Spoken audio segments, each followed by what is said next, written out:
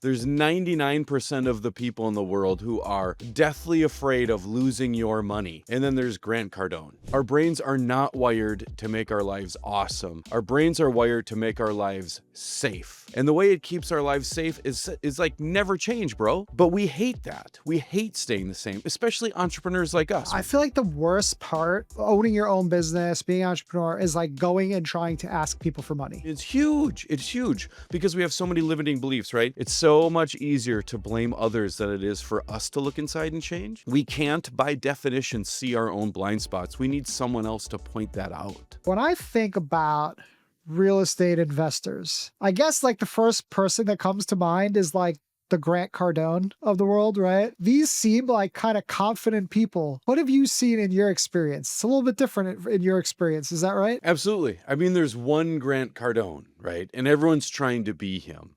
And what I found is that there's really like two types of investors.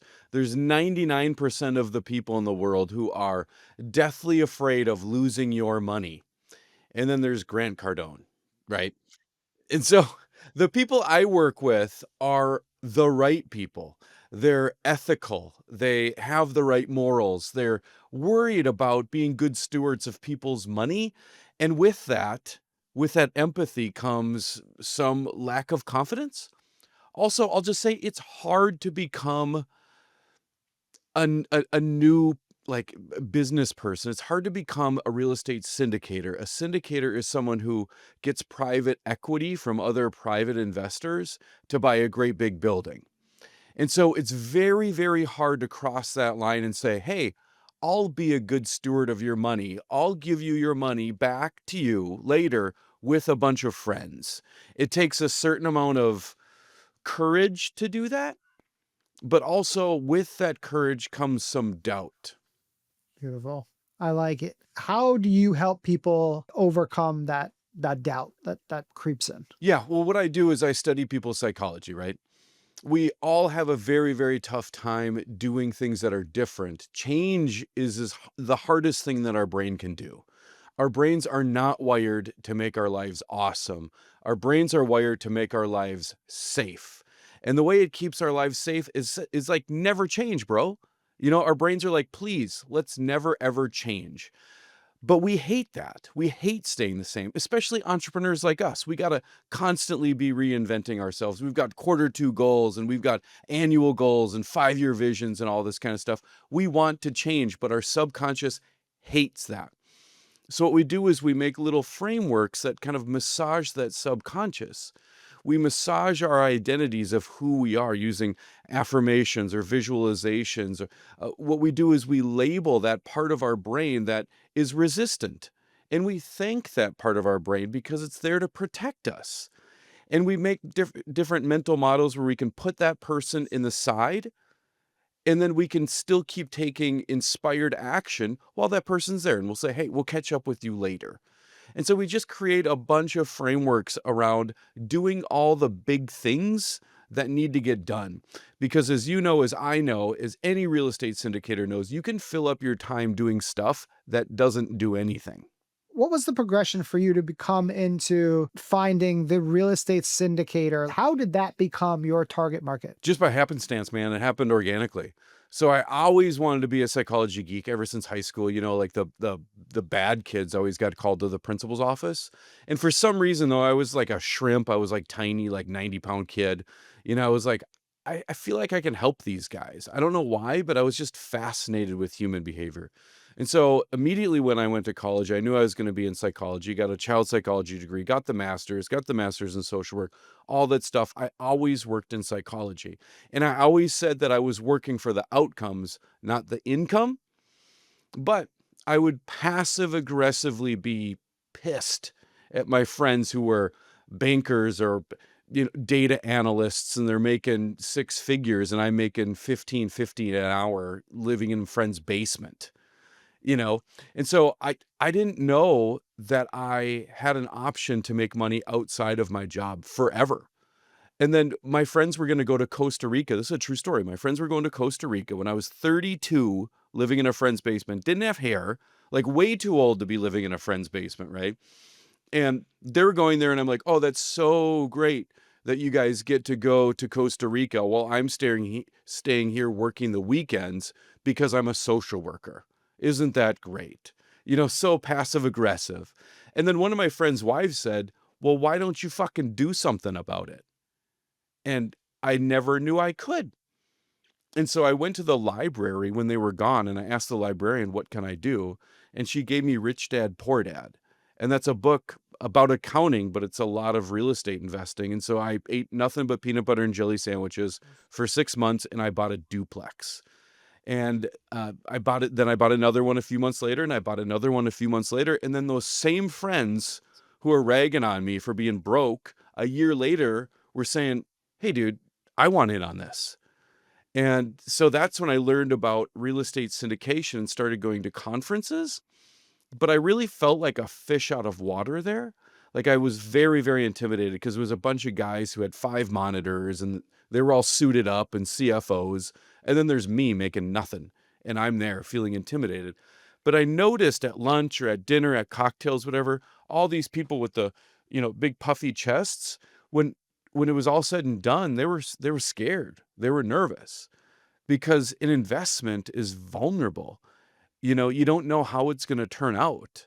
You are making a big, bold public announcement that, hey, I'm going to double your money in 3 years. And then you go home and you're like, oh, crap, I hope I can double this guy's money in 3 years. And so I realized that I could really do a lot of work there. And so I just started doing pro bono work for people. And one guy said randomly, hey, I just bought a $15 million apartment building. I would have said no if it wasn't for you. I'm going to start paying you money. And that's how my business was created. That's so cool. Yo, I just wanted to take a very quick break in the action here because I just realized something crazy. 85% of the people that are watching our videos on YouTube are not subscribed.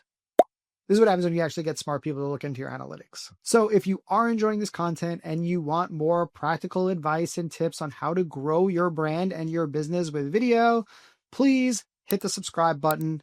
I do truly appreciate it. And let's get back into the interview. Replacing fear with freedom. What does that look like? Yeah, well, that's a trick question, Danny, because you don't replace fear with freedom. You get freedom when you put fear in its corner. And what you get for that is you get more fear. And so what you learn is how to manage the fear better.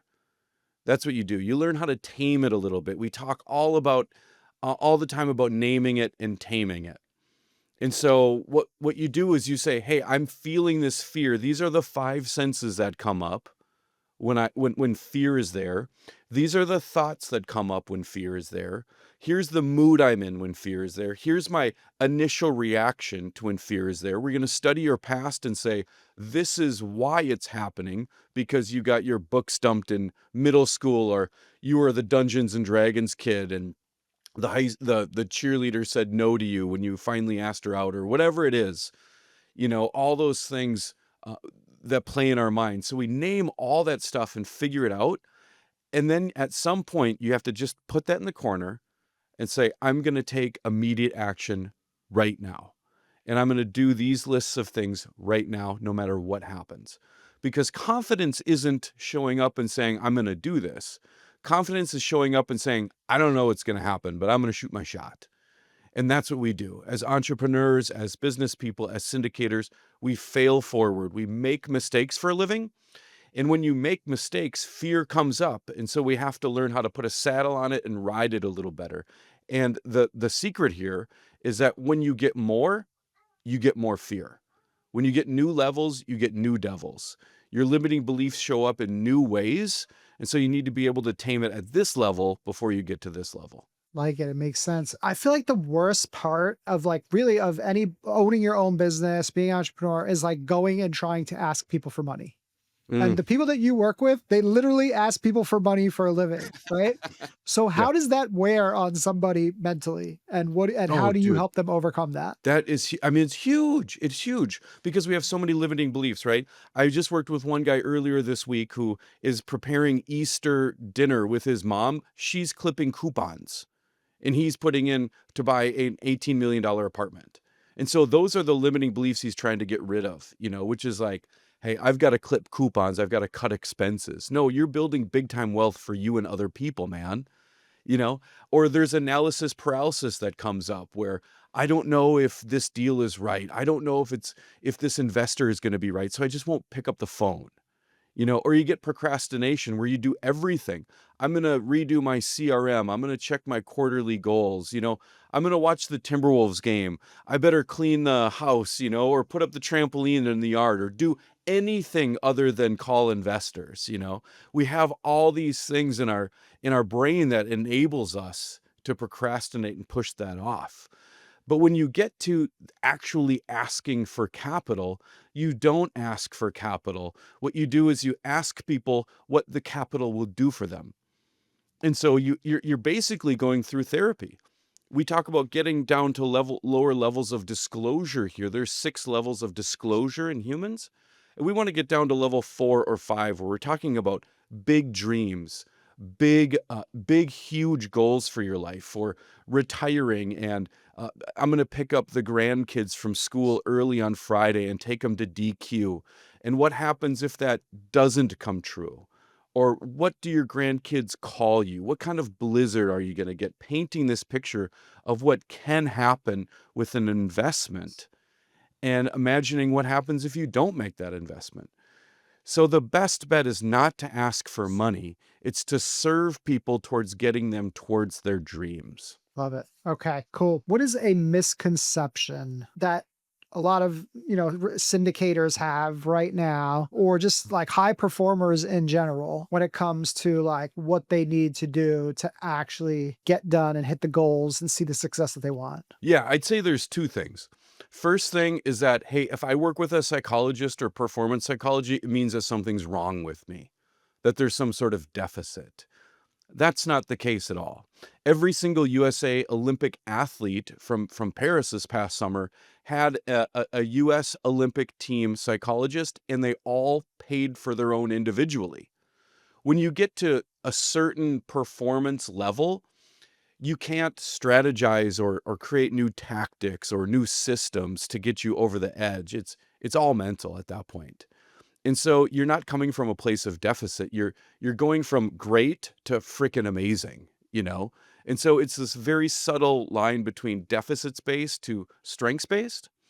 And the other one I'll say is that our brains, your brain, my brain, all of our brains want us to think there's nothing wrong in here. It's all external. It's all the economy or interest rates, or I just need better time management, or I need to find the right mentor, or join another mastermind or community, or whatever it is. It's all external.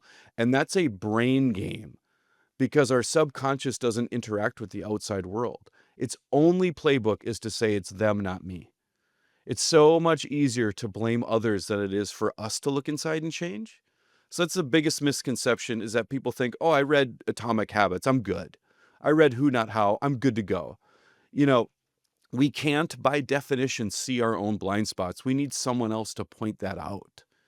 And so I think the gift that I can give to people is helping them build their businesses for sure. When people work with me for a year, they'll 3.2x their assets under management. That's a big deal, especially right now where commercial real estate's going down.